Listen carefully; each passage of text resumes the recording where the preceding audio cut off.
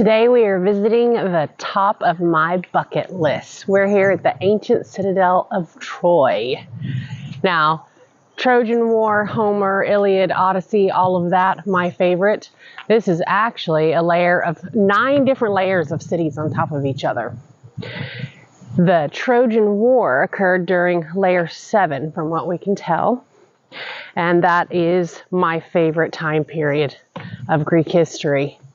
The Trojan War, actually, we know Helen of Troy started the Trojan War, but actually it was started a little before that. There was a wedding on top of Mount Olympus, and the gods invited everyone except for the goddess Eris, the goddess of discord. She tended to cause problems, but she found out she wasn't invited, so she crashed the party. She had a golden apple, and on it she had written, "For the most beautiful." Well, when you're in a group of goddesses, that's going to cause problems. 3 of the goddesses grabbed for the apple. Hera, Zeus's wife. We had Athena, the goddess of wisdom, and Aphrodite, the goddess of love. They all dived for it, and at the bottom of the dog pile, each one had their hand on the apple. So they turned to Zeus and said, "Hey, you choose which one of us gets this apple." So Zeus, being king of the gods, was no idiot. He was not going to touch that problem with a 10-foot pole. He had his wife, Hera, wanting the apple, his favorite daughter, Athena, wanting the apple, and Aphrodite, goddess of love, whose help he often needed, wanting the apple. So he looked down from Mount Olympus and saw out on the countryside in the fields a shepherd boy. His name was Paris. Now Paris happened to be a prince of the city of Troy. He'd gotten in some trouble, so Daddy had sent him off on sort of a disciplinary period to be a shepherd. The goddesses approached Paris and said, "Hey, you get to be the judge here." They immediately began to bribe him. Hera said, "If you choose me, I will make you the greatest leader there has ever been, the greatest king on earth." Athena said, "I will make you the greatest warrior, the most glorious mortal on the battlefield." But Aphrodite said, "You know what? I'll give you the most beautiful woman in the world to have as your own." Now, being a typical male, you can guess which goddess he chose. The problem with choosing the most beautiful woman in the world is that she was already married. Helen of Sparta, married to King Menelaus. But that doesn't bother Aphrodite. Doesn't bother Paris either. When he later comes back home to the palace, to his father, King Priam, and his mother, Hecuba, he's sent off on a diplomatic mission over to Sparta. He goes with his brother, Hector, the great hero of Troy. He abducts Helen, brings her back here, and marries her. This is not going to sit well with Menelaus. He calls together all of Helen's former suitors that had made a pact to protect her, and they launch 1,000 ships here to Troy to fight the Trojan War. So while Helen lives comfortably and lavishly within the palace walls and the Citadel of Troy, the Greeks and the Trojans fight it out for 10 long years. And we have the heroic feats of Ajax, of Odysseus, and of course of Achilles. So Homer's Iliad opens with the Greeks under siege of a plague. This plague was sent by the god Apollo. The Greeks had captured the daughter of a priest of Apollo. Her name was Chryseis, and the priest, Chryse, demanded to have her back. The Greeks insulted him and refused, so he called upon Apollo to send down a plague.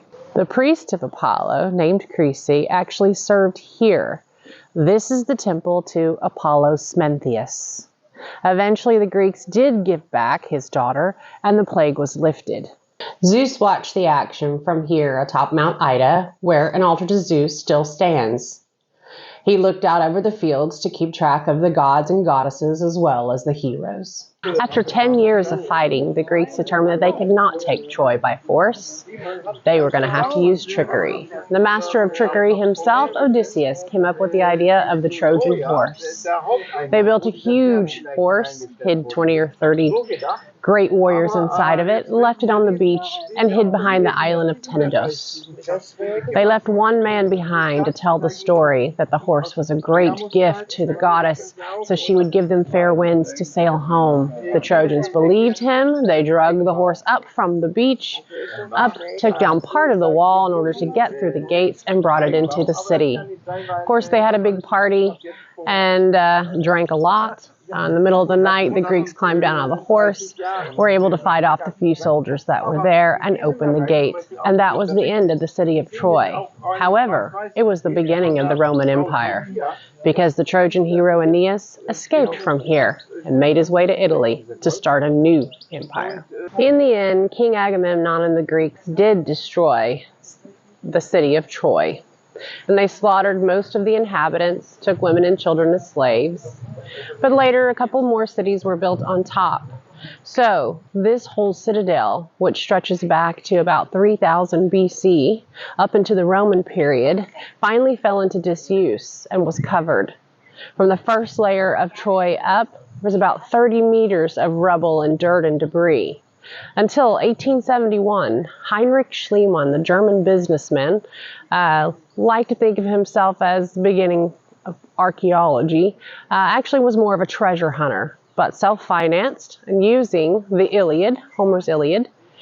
He used locations mentioned there to determine that this hill here, the hill of Hisarlik, Turkey, was the original Troy. This is the first trench that he dug to determine whether the hill held ancient fortifications. Heinrich Schliemann did indeed find gold.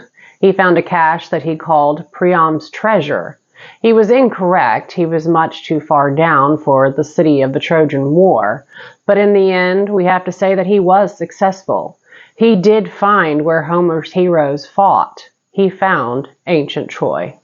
Hi, I'm Michelle, and this is Brian. And we hope you've enjoyed watching History on Site.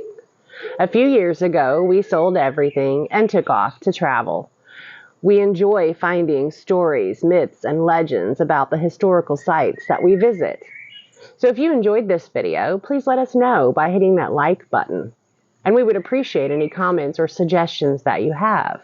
If you'd like to see more History on Site, hit the subscribe button and don't miss our upcoming videos. Thank you.